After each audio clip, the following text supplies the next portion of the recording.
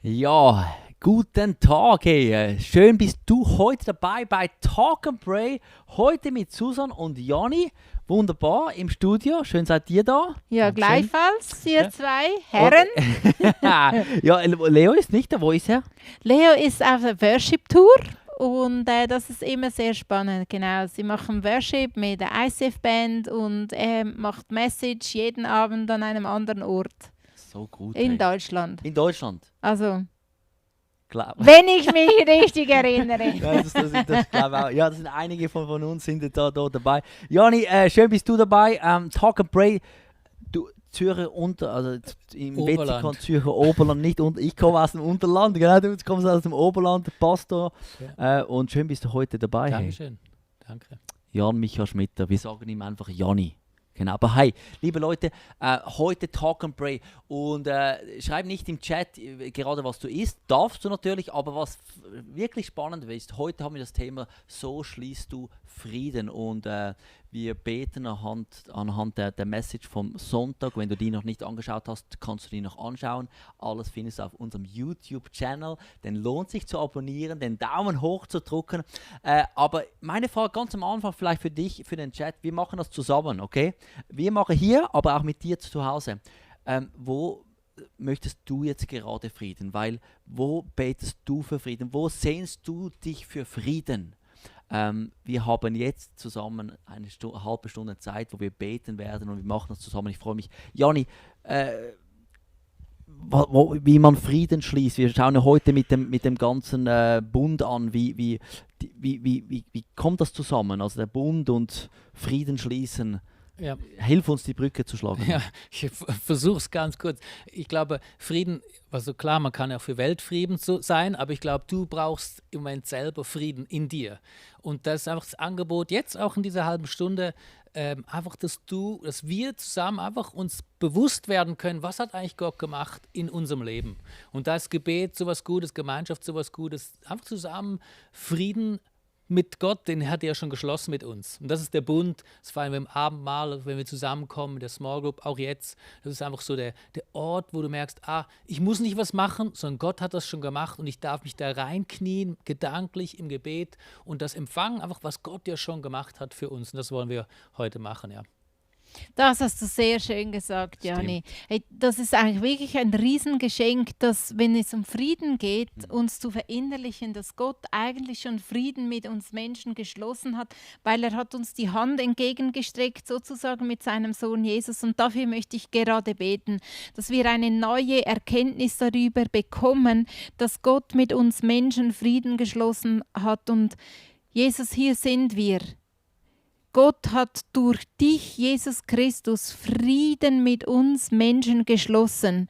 Und lass uns heute vielleicht das erste Mal oder erneut Erkenntnis bekommen, dass uns die Augen geöffnet werden, was das genau heißt, dass du bereits Frieden geschlossen hast mit uns. Und ich möchte diesen Frieden, dieses Friedensangebot annehmen für mich persönlich und Frieden erleben in jeder Situation, in jedem Ecken und Winkel von meinem Leben.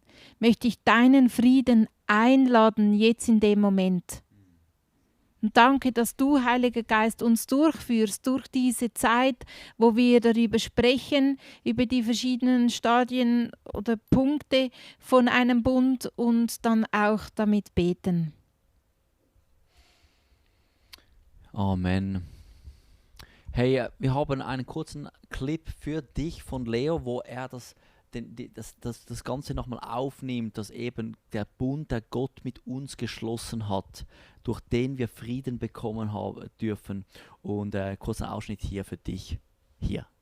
Bei Feiern haben die Leute in Rio de Janeiro kein Problem. Denen muss man sagen, man muss aber auch arbeiten. Bei uns muss ich sagen, ihr arbeitet genug. Und ihr müsst mal lernen, auch zu feiern, zu jubeln, zu zelebrieren. Du hast gebetet für Kinder. Jetzt hast du Kinder. Zelebriere jede Woche. We have kids. Und zwar 2. Und sie sind nicht gut erzogen, aber immerhin, ich habe Kids. Zelebriere, egal was es gibt. Du musst es feiern, was Gott dir gegeben hat. Das fällt uns mega, mega schwer. Gott sagt, ein kleiner Tipp, ihr müsst an diesem Tag feiern, zelebrieren, jubeln. Ihr müsst zurückschauen. Ihr habt so viele Wunder erlebt.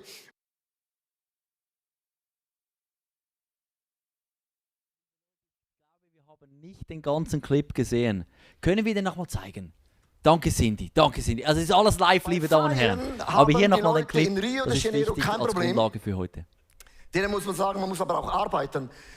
Bei uns muss ich sagen, ihr arbeitet genug und ihr müsst mal lernen, auch zu feiern, zu jubeln, zu zelebrieren. Du hast gebetet für Kinder, jetzt hast du Kinder, zelebriere jede Woche. We have kids, und zwar 2. Und sie sind nicht gut erzogen, aber immerhin, ich habe Kids. Zelebriere, egal was es gibt. Du musst es feiern, was Gott dir gegeben hat. Das fällt uns mega, mega schwer. Gott sagt, ein kleiner Tipp, ihr müsst an diesem Tag feiern, zelebrieren, jubeln. Ihr müsst zurückschauen. Ihr habt so viele Wunder erlebt. So gut. Wir feiern zusammen das, was Gott gemacht hat. Und am Sabbat ist eine Möglichkeit, wo wir immer wieder jede Woche Möglichkeit haben, einfach für das uns daran zu erinnern. Und das Zweite ist eben das Abendmahl, welches dieses Bund symbolisiert. Und Susan, nimm uns doch mal mit, wie können wir jetzt anhand von diesem Bund beten, uns diesen Bund vor Augen machen. Eben, wir haben das Abendmahl, das hilft uns, das vor Augen zu bringen. Wir haben einen Sabbat und heute haben wir Talk and Pray. Ja, genau. Also der Bund, das ist ja eigentlich, wir leben in einer Bundesbeziehung mit Gott. Das Schwierige daran ist, fangen wir beim Positiven an. Das Schöne ist, ein Bild, wie es Leo gesagt hat, das hilft uns, ein Verständnis zu kreieren, wie unsere Beziehung zu Gott aussieht. Aber die Herausforderung ist, dass wir eigentlich heutzutage gar nicht mehr so im Bundesleben drin sind. Also das war früher, gab es die Verbündeten und die haben da Blutsbruderschaft gemacht und all diese Dinge und Bäume gepflanzt und eben so Erinnerungen aufgestellt und Kleider getauscht und was mein ist dein und so weiter. Das haben wir gar nicht mehr so. Und wir nehmen jetzt heute einfach 4 von diesen 9 Punkten, die eigentlich so einen Bund ausmachen, und vielleicht googelst du mal, was so ein Bund ausmacht, wenn du dich im Thema vertiefen möchtest. Und sonst nimm einfach diese 4, die wir für heute als wichtig empfunden haben und rausgesucht haben. Und wie du gesagt hast, Dan, also die ganzen 9 Punkte, die hat Leo am Sonntag in der Message gebracht. Und wir nehmen 4 daraus hervor, starten gleich beim ersten. Und der erste Punkt ist der Gewändertausch. Und das sagt ja noch nichts aus. Und ich finde das eben, wie es Leo gesagt hat am Sonntag, so spannend, wenn wir uns ein Bild vor Augen führen, was das bedeutet. Und Gewändertausch, ich meine, ich gebe dir meine Jacke und ich nehme deine Jacke, das ist der Gewändertausch. Aber was hat das jetzt mit Gott zu tun? Und ich fand es so spannend zu lesen, was in Johannes 1, Vers 14 steht, und das im Zusammenhang mit Gewändertausch. Das Wort, und das meint Jesus, wurde Mensch und lebte unter uns. Wir haben seine göttliche Herrlichkeit gesehen, eine Herrlichkeit, wie sie Gott nur seinem einzigen Sohn gibt. In ihm sind Gottes Gnade und Wahrheit zu uns gekommen. Und dass das eigentlich der Gewändertausch ist, also der Sohn Gottes wurde ein Menschensohn, der hat das Kleid von Menschengestalt angezogen und deswegen der Gewändertausch. Und wir im Gegensatz konnten ja das Kleid der Gerechtigkeit anziehen. Und ich glaube auch in diesem Setting von dazumal, das Gewand hat ja symbolisiert, wer du bist. Kleider machen Leute, oder? Ja. Ist ja heute auch noch so, aber nicht mehr ganz so krass wie früher. Oder ich mag mich noch erinnern, bei uns im Dorf, dass die Leute haben sich nicht getraut, in die Stadt zu gehen, weil jeder hat gesehen, du bist ein Landei. Oder? Und jeder hat gesehen, du bist dreckig Mensch. Und das finde ich schon krass. Gott gibt uns etwas, er nimmt unsere Identität und unser Kleid und gibt uns sein. Das finde ich faszinierend. Und das hat ja Leo am Sonntag auch so dargestellt. Also der hatte ja da den gestreiften Mantel an, was so viel sagt wie Gefangenenkleidung oder ja, und hat das ausgezogen, hat es Gott gegeben und er hat dann den farbigen Mantel bekommen. Und das ist eigentlich genau das, was passiert ist, oder? Genau. Das finde ich so, dass dass Gott uns das Beste gibt. Oder mir ist die Stelle noch eingefallen, wenn Gott er hat uns seinen Sohn gegeben, würde er uns nicht sogar alles andere auch geben. Also Jesus hat sich in unsere Welt reingegeben, hat gesagt, ich komme jetzt, mach mich ganz eins mit dir, ich komme in deine Welt rein, ich ziehe deine Kleider an. Das finde ich super. Wie hast du es in deinem Leben erlebt, Jani? Einfach zu merken, dass Gott jetzt da ist. Und zu merken, er interessiert sich wirklich für mich, für meine kleinen Sorgen, für meine großen Sorgen, dass Gott wirklich interessiert ist. Er kann sagen, ja, ich bin ja nur der Jani, komme auch vom Land, oder? Aber dass er wirklich sich interessiert für die kleinsten Details in meinem Leben, dass natürlich Errettung, Erlösung und so, aber im Moment erlebe ich das so stark. Wir ziehen demnächst um und er guckt für die Wohnung, er schaut, dass alles läuft. Und einfach zu merken, Gott ist nicht einfach so ein Gott, der ist weit weg, sondern der hat wirklich meine Kleider an, der macht sich so eins mit mir. Und das motiviert mich auch eins zu machen mit ihm.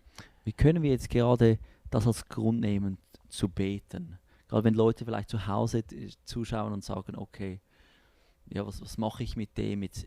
Wie gehe ich damit um, mit meinen Sorgen, jetzt mit dieser Realität? Ja. Nimm uns doch mit. Ja. Lass uns das doch einfach tun. Ja. Gott danken und anbeten. Wir danken dir, Jesus, dass du auf die Welt gekommen bist, um uns gerecht zu machen. Wir machen uns das nochmal deutlich. Wir haben wirklich die Kleider der Gerechtigkeit an. Und es gibt nichts, was uns trennt von der Liebe von Gott. Und wir sind eingehüllt auch. Ich nehme das Bild von diesem Mantel auch so wahr. Wir sind eingehüllt in deine Liebe und in deine Gnade. Und du siehst, wo wir uns manchmal so verloren vorkommen, wo diese Probleme so groß sind. Und jetzt nehmen wir einfach diesen Mantel und kuscheln uns da rein und merken, wow, da ist so viel, du bist da mit so viel Liebe für uns. Ja. Ich danke dir auch für das Verständnis, das du für mich und für meine Situation hast. Und dass Jani gesagt hat, eben, er geht in meinen Schuhen. Ich möchte dir Danke sagen und dass du gerade in jeder Situation das Verständnis hast, wo die Zuhörer und von wo auch immer Leute jetzt zuschauen und zuhören, dass du dich in die Person so stark hineinfühlen kannst und weil du warst da. Du warst da. Du hast diese Schuhe getragen oder du trägst diese Schuhe. Erinnere uns auch daran, einfach immer wieder, was für Kleider wir tragen. Wir tragen dich. Nicht irgendjemand, dich. Nicht mehr unsere dreckigen alten Kleider. Ja. Das Vergangene, das definiert uns nicht. Das ist nicht das, was heraussticht, sondern was du uns geschenkt hast. Mhm. Und ich erinnere mich daran, Vater, als diesen Vers, wo du sagst, eben quasi du nimmst den Mantel der Schwere und ersetzt es mit einem Mantel der Leichtigkeit. Mhm. Und ich bete jetzt gerade für jede Person online, die so einen schweren Mantel hat, wo gefühlt, dass du jetzt das erneuerst mit eben, sagst, hey, gib es einen neuen Mantel, ein leichter Mantel, Ja. ein leichtes Kleid, ein reines Kleid. Tu das gerade jetzt, erinnere uns daran, was du tust. Mhm. Hey, ich habe gerade das Gefühl, man könnte die ganze halbe Stunde bei diesem Kleid verweilen, weil es so viel beinhaltet. Mir kommt eine Geschichte in den Sinn, wo eine Frau schwer krank war oder arbeitslos, jedenfalls eine große Not. Und sie hat sich einfach entsprechend gekleidet, was eigentlich ihr Wunsch gewesen wäre. Also weißt du, wenn du krank bist, schwer krank, dann kleidest du dich vielleicht auf eine Art und Weise. Oder wenn du arbeitslos bist, kleidest du dich vielleicht auch auf eine Art und Weise. Aber sie hat sich einfach gerade mit ihren Kleidern zum Ausdruck gebracht, wo sie sein will. Ja. Und dass das eigentlich nicht irgendwie nur eine positive Handlung ist, sondern dass das zum Bund gehört, zu unserer Partnerschaft mit Gott. Das ist doch wirklich jetzt einfach verrückt. Aus einer tiefen inneren Überzeugung, dass Gott hat mir neue Kleider gegeben. Ja. Ja. Und der zweite Punkt, den wir ausgesucht haben, geht eigentlich ums Gleiche. Das ist der Gürteltausch, was heißt, du kämpfst für mich. Also früher musste man sich das so vorstellen, ich habe dein Schwert bekommen und du hast meins bekommen. Also das ist ein Austausch. Und wenn wir uns überlegen, wie Gott kämpft, er hat gesiegt über den Tod und ich diesen Sieg oder diese Waffe bekomme, dann schon beeindruckend. Also das lohnt sich definitiv, darüber noch nachzudenken. Also das ist, wenn ich jetzt das zusammenfasse, das erste ist, ich mache mir rein, ich gehöre zum Jersey von Gott. Ich habe das Kleider von Gott, ich habe den Club Gottes an, ich habe nicht einen irgendwo Fußballclub. Siegerclub, Sieger, oder? Und er gibt mir seine Waffen. Und du hast einen guten Vers dazu. Ja, mir ist 2. Korinther 10, Vers 4 in den Sinn gekommen. Ich setze nicht die Waffen dieser Welt ein, sondern die Waffen Gottes. Sie sind mächtig genug, jede Festung zu zerstören und jedes menschliche Gedankengebäude niederzureißen. Und die Waffen Gottes, also die Waffen des Feindes oder der Welt und die Waffen Gottes, da kann man jetzt ja auch mega darüber reden, aber mir kommt in den Sinn, im Psalm 2, Vers 8 heißt es, oder 8, Vers 2, eins von beiden, was aus dem Mund der Säuglinge kommt, und die brabbeln ja einfach, ist stärker weder das Fluchen der Feinde. Das heißt, die Waffen Gottes sind Lobpreis. Yes. Ja, aber lass uns doch das jetzt gerade umsetzen. Hey? Yes. Ja, nimm uns doch mit da, Yes. wie wir das gerade praktisch umsetzen können. Ja, lass uns Jesus groß machen. Du bist heilig, Vater im Himmel. Ja.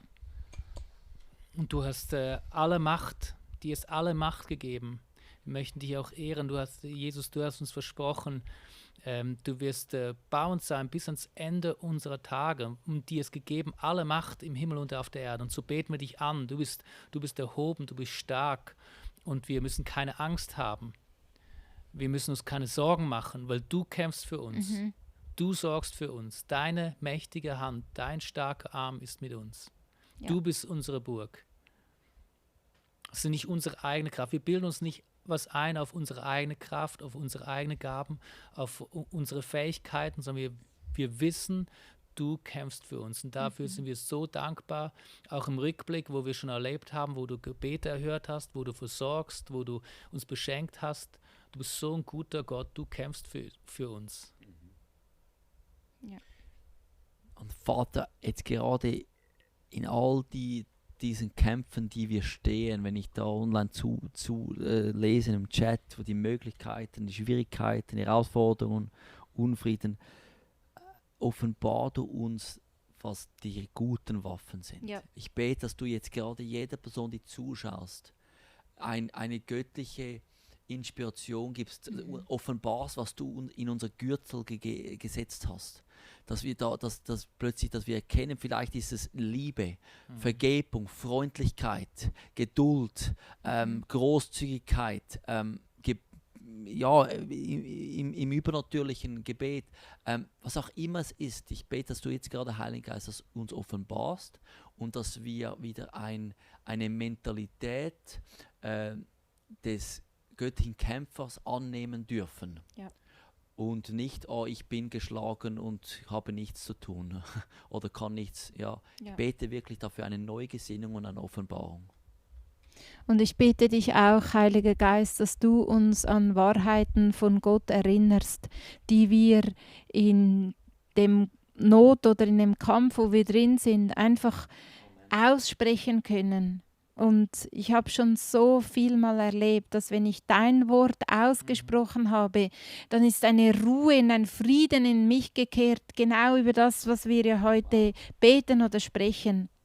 Und du hast mir schon so manchmal diesen Vers aus Jesaja 41, Vers 10 gesagt, fürchte dich nicht. Und ich habe gesagt, ja Gott, ich glaube, dass ich mich nicht fürchten muss, denn du bist bei mir. Und ich habe geantwortet, ja, ich glaube, dass du bei mir bist. Und du hast gesagt, hab keine Angst. Und ich habe geantwortet, ich glaube, dass ich keine Angst haben muss, weil du mein Gott bist. Und ich habe gesagt, und geantwortet, ich glaube, dass du mich stark machst, ich glaube, dass du mir hilfst und ich glaube, dass du an meine rechte Hand nimmst und mich stark machst. Ich glaube das und das sind die Waffen, die du gibst und dafür beten wir dich an.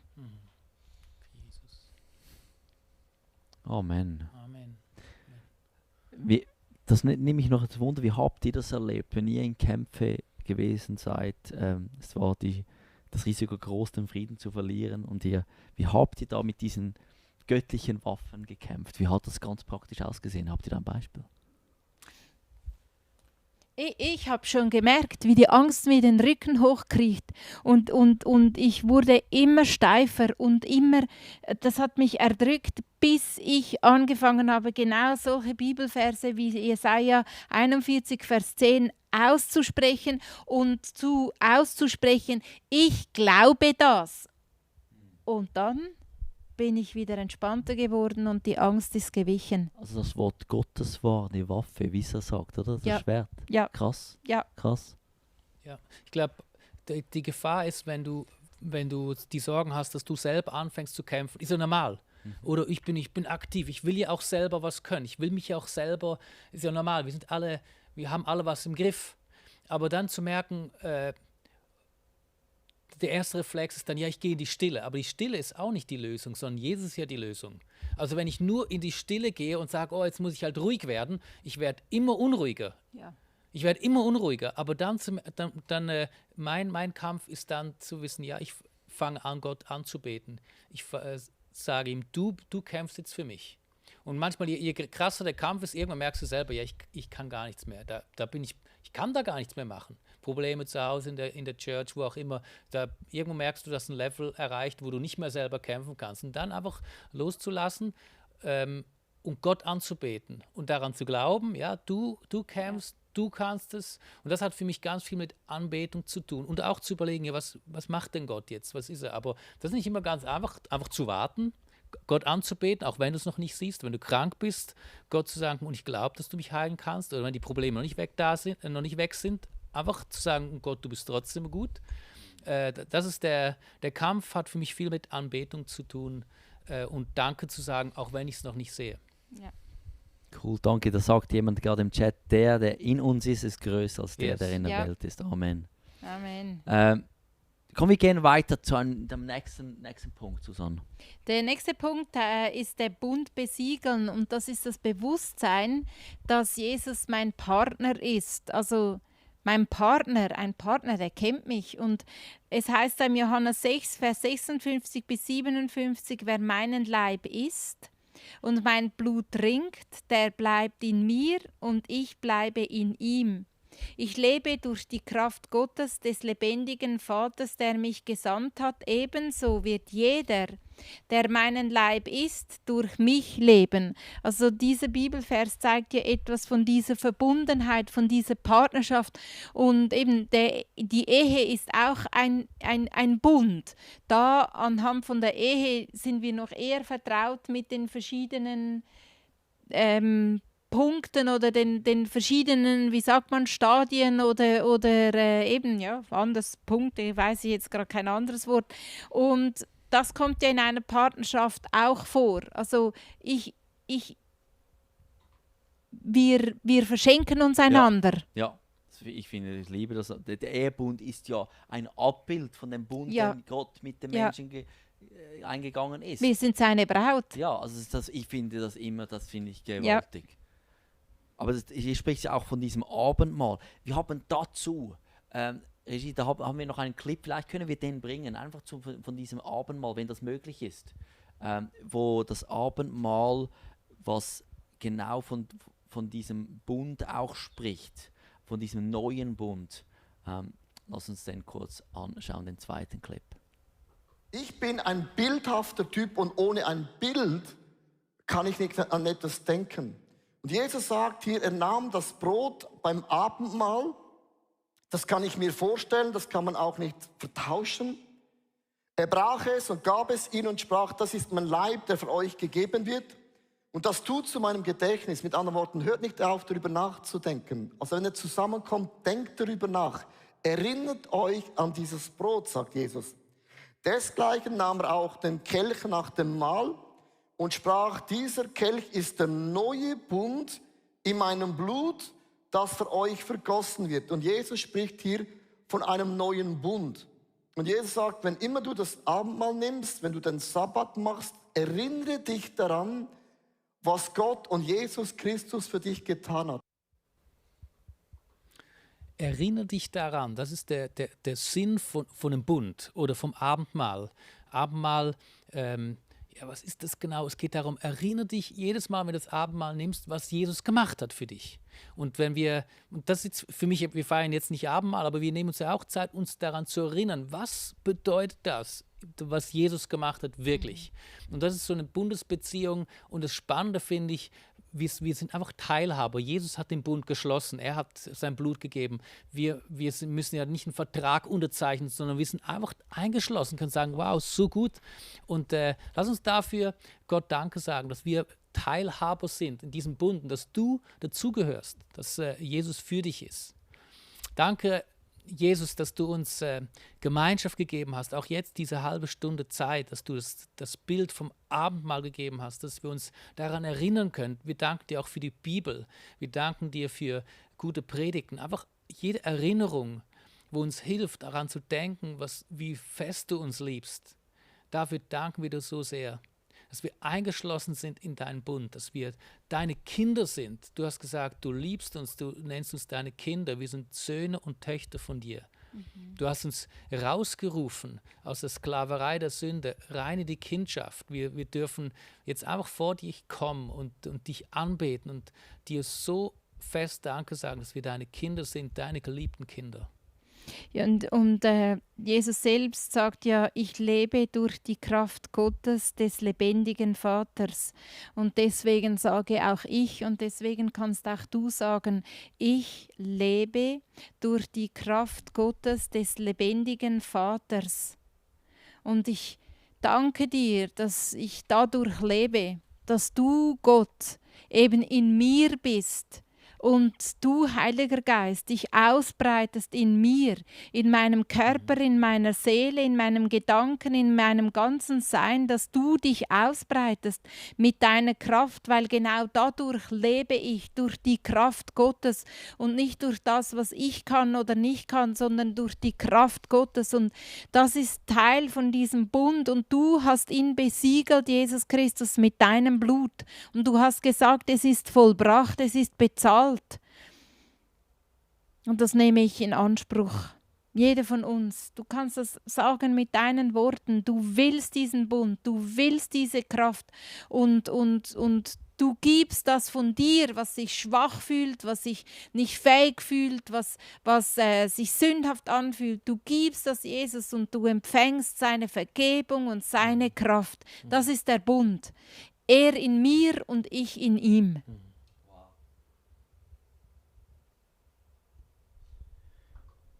Stark ist ja der Bund, ist ja eben kein Vertrag. Das heißt, wenn wir versagt haben, steht er immer noch. Und ich möchte es einfach dir auch zu Hause einfach das zusprechen. Auch wenn du denkst, ich habe in gewissen Aspekten versagt in dieser Beziehung. Der Bund steht immer noch. Der steht immer noch. Und jederzeit dürfen wir wieder sagen, nee, wir nehmen diesen Bund in Anspruch. Und wenn wir das Abendmahl nehmen, das ist eben eine Möglichkeit. Die Simon sagte, ich nehme da seit dem Buch täglich das Abendmahl, da sagen die einen, die anderen sagen Danke, Susan, für dieses Buch. Also das hat schon einiges bewirkt und du darfst, wenn du das noch nicht hast, kannst du es online bestellen. Vielleicht kann der Marco Ili da den Link in den Chat hineinposten. 31 Ideen, wie wir täglich einfach das Abendmahl nehmen können und uns an das erinnern dürfen, was Jesus gemacht hat. Nicht, wo wir krass sind, wie krass er ist. Und wir dürfen in dem laufen. Und er verändert uns dann von innen hindurch. So gewaltig. Danke vielmals. Komm, wir nehmen noch den letzten. Den Namenstausch. Susan. Namenstausch, genau. Du gibst mir Identität. Ich nenne euch Freunde und nicht mehr Diener. Denn einem Diener sagt sein Herr nicht, was er vorhat. Aber euch habe ich alles anvertraut, was ich von meinem Vater gehört habe. Johannes 15, Vers 15. Das ist schön, oder? Das ist mein Lieblingsvers. Jani, Das ist mein Jani, Lieblingsvers. ein Freund von Gott. Wahnsinn. Wenn du dir das vorstellst, dass der höchste Gott Ja. mich seinen Freund nennt. Das Ja. ist Wahnsinn. Hey, hier ist mein Freund Jani. Ja, Wahnsinn. So steht er da. Ja. Come on. Also, let's talk real. Was löst es bei dir aus im Alltag, wenn der Unfriede kommen möchte? Wenn der Stress kommen Ja. möchte? Unfriede und Stress ist wie auch so Knecht. Also manchmal rutsche ich in das rein, dass ich der Knecht von Gott werde. Dann kommt so der Stress, oh eben zum Beispiel, ich habe es wieder nicht gut gemacht, ich habe es versifft. Dann wirst du so, dann werde ich der Knecht oder ich will alles richtig machen, was ja grundsätzlich ja nicht falsch ist, Sachen richtig zu machen. Aber auf einmal bin ich so in dem Knechtmodus drin, oder? Und dann, da ist einfach keine Freude und keine Freiheit. Und du machst dich selber klein und zu merken, wow, es ist was anderes, wenn ich als Freund zu Gott komme. Merke, grundsätzlich bin ich der Freund von Gott. Ich kann kommen, auch wenn ich es verbockt habe. Ich muss ja gar nichts mehr beweisen, oder? Manchmal bist du auch so im Modus, bin ich im Modus Knecht beweisen.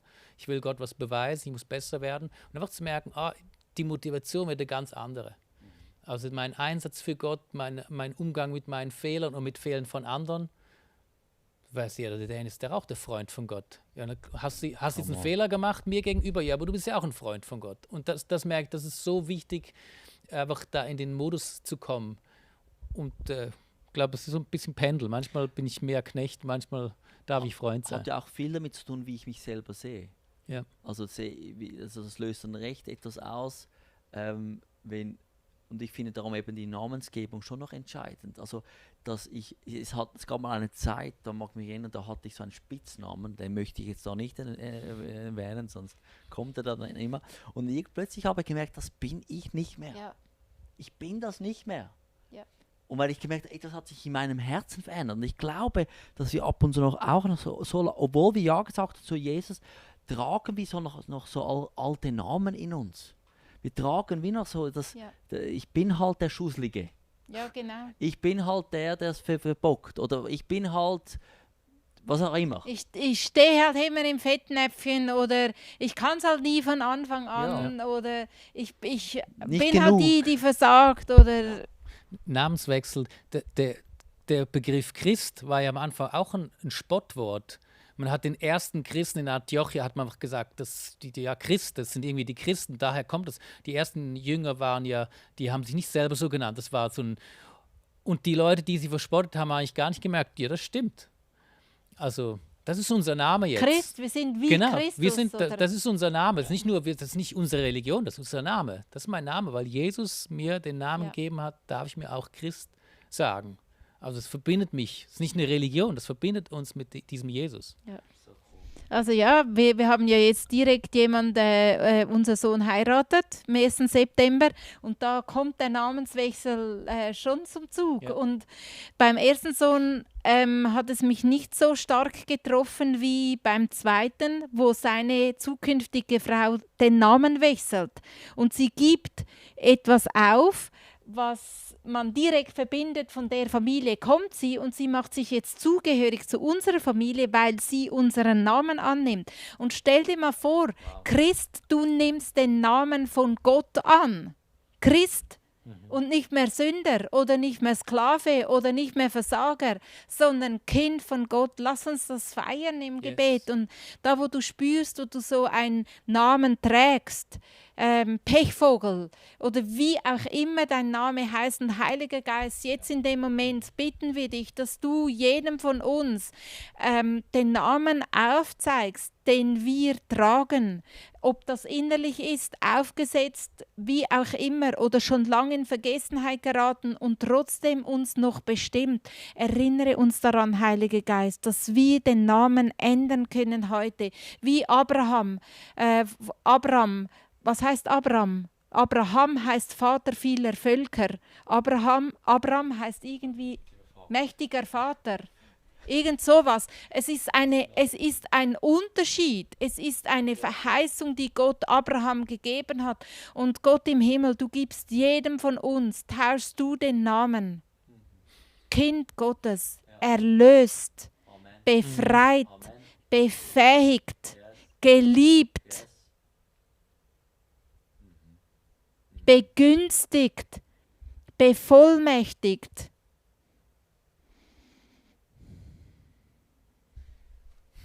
Gesegnet, Ja,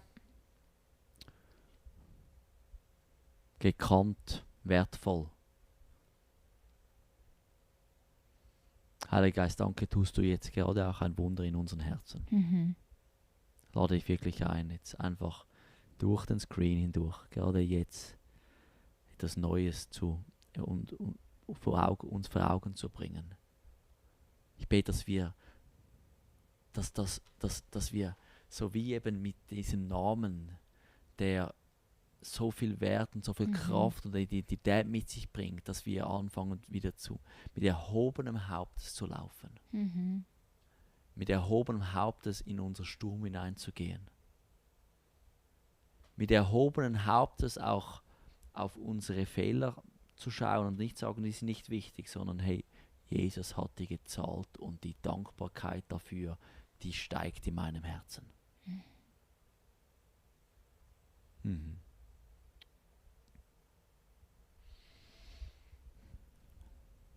Habt ihr noch einen Eindruck vielleicht gerade für die Leute, die online zuschauen? Mir ist noch was für dich eingefallen, wenn du das Gefühl hast, ja, ich bin zu wenig wichtig. Ich bin ja nur ich. Was ist schon mein Name? Gott hat deinen Namen in seine Hand eingeschrieben, heißt es im Jesaja. Also Gott gibt dir seinen Namen und er kennt deinen Namen. Du bist nicht unwichtig. Ich möchte jetzt noch zusprechen, er verändert das von unwichtig zu wichtig. Du bist wirklich sein Sohn, seine Tochter. Du zählst, du bist wichtig. ja. Unauslöschlich in seine Hand geschrieben bist du. Bei jemandem im Chat hat gesagt, mein Mann hat meinen Namen der Frau angenommen. Das geht ja auch heutzutage, aber es ist trotzdem ein Namenswechsel. Hey, so gut. Hey, danke vielmals. Danke vielmals. Ich glaube, wir machen da einen Doppelpunkt.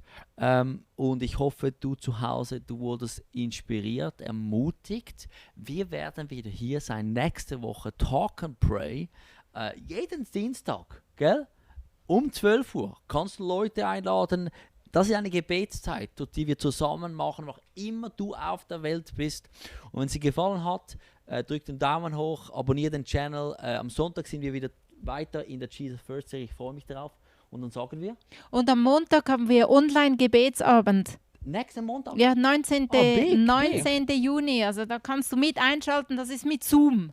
Und Das da ist haben wir mit den Zoom, Link. da haben wir auch Interaktionen. Genau, das habe ich mir auch gefragt, wo der Link ist. Sicher auf unserer Homepage oder sicher bei unserem Telegram-Channel, wenn du den abonnierst. That's it. Das ist das Sprichwort, Ja. der Telegram-Channel. Also abonnieren dort, darüber werden wir sicher den Link auch versenden. Es wird über Zoom sein. Das ist cool, es gibt dann Breakout-Sessions. So. Das Genau. ist mega stark, das Gebet ist wichtig. Ja. Alright, wir sagen? Ciao, ciao. Tschüss. Tschüss.